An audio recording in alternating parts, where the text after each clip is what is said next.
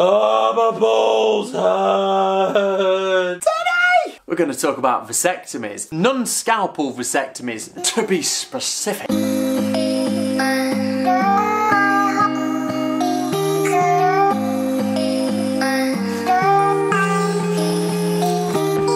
Hello everybody and welcome. If you are new here, my name is Adam and today,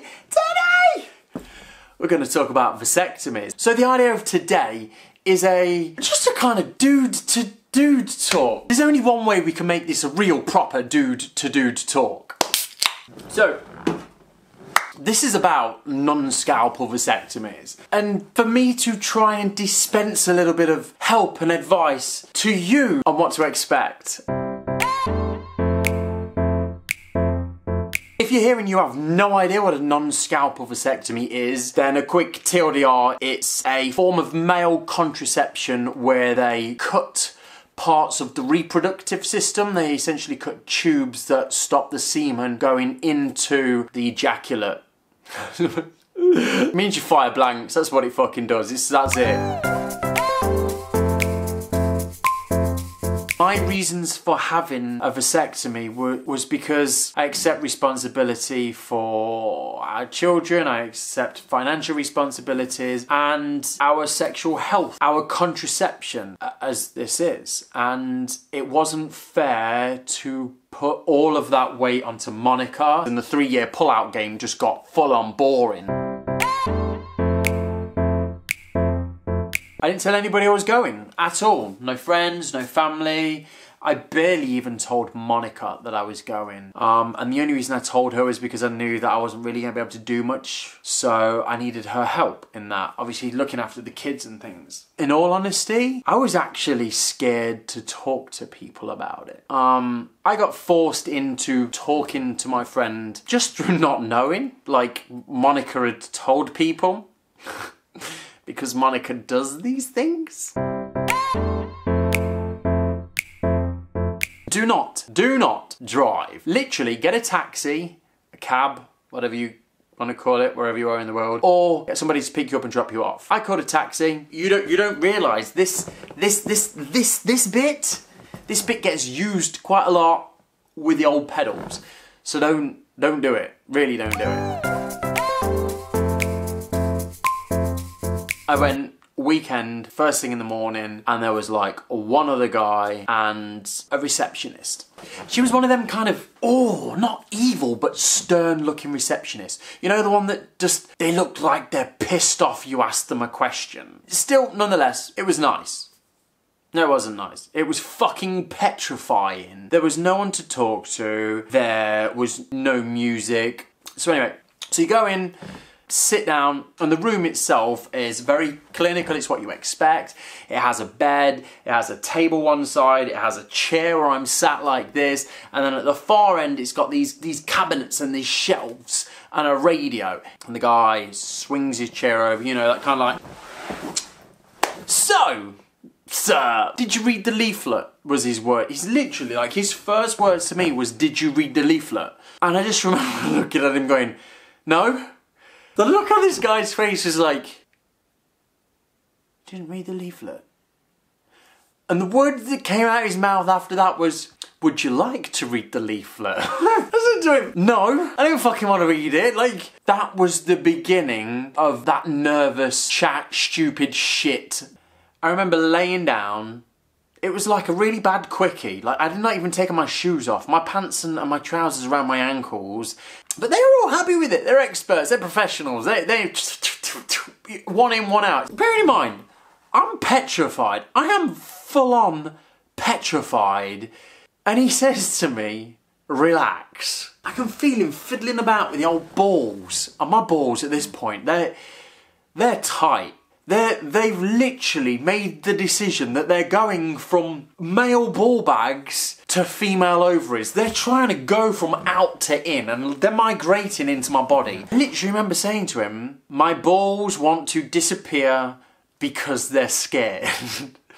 Who says my balls want to disappear because they're scared? In hindsight, there's absolutely nothing to worry about at all. The whole non-scalpel vasectomy is like, It's like a pincer. What he's trying to do is he's trying to separate that apart, and then they grip it. They grip it with like this little like pincer thing. And they get that, and then when they've kind of pinched your skin up, they can laser through and get that tube. So instead of them cutting you open with a scalpel, they laser you. It's like Dr. No, like yeah. It's only a little one, admittedly, but when they turn this thing on, radio playing in the back stops. Songs are playing, you know, yeah, boom, oh. They have a DAB radio with an electronic laser that affects the radio that cuts it out. So you just cut your balls open a little bit, and then they fish it out, and then they cut the tube, and then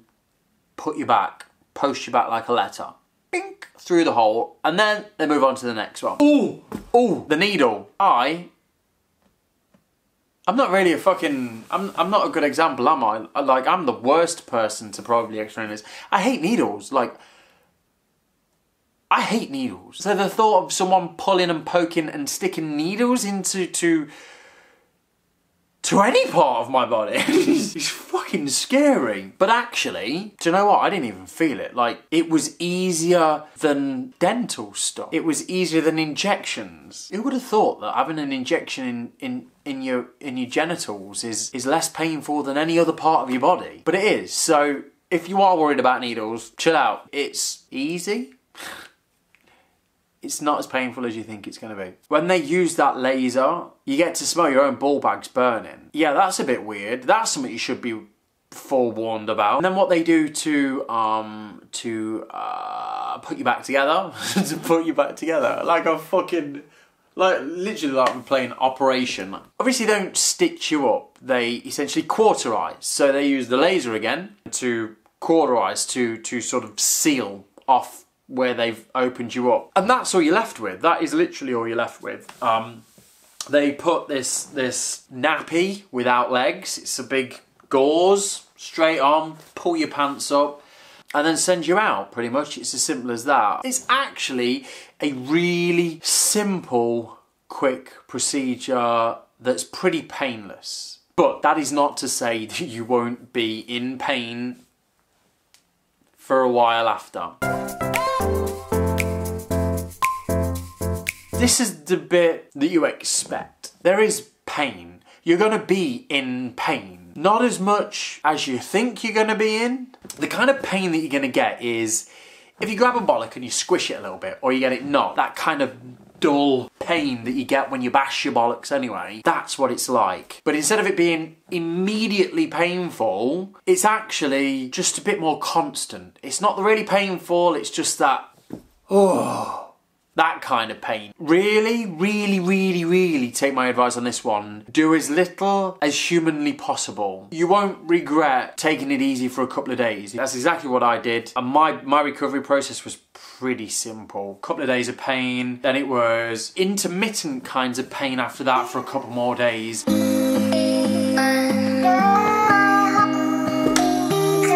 If you do have any questions, please leave them in the comment section below. And I will do my best to answer them there. So I will put all our social media just there. If you have any questions or anything like that, please reach out to us and I'll answer them. If we get so many questions, we'll try and do another help you kind of video that's a bit more informative. As opposed to it being my experience, it's me answering your questions that you might have. So yeah, that was fun. We've just done dude talk about bollocks. Oh, so that leaves one last thing. If you've liked this video, hit that like button. If you are new here, then subscribe. And as I've said before, if you have questions or comments, please leave them in the comment section below. I truly do hope that this kind of dude talk has helped or shed a little bit of light on what you're about to encounter. So that's it for now. Please let us know how you get on. And I will see you in the next video.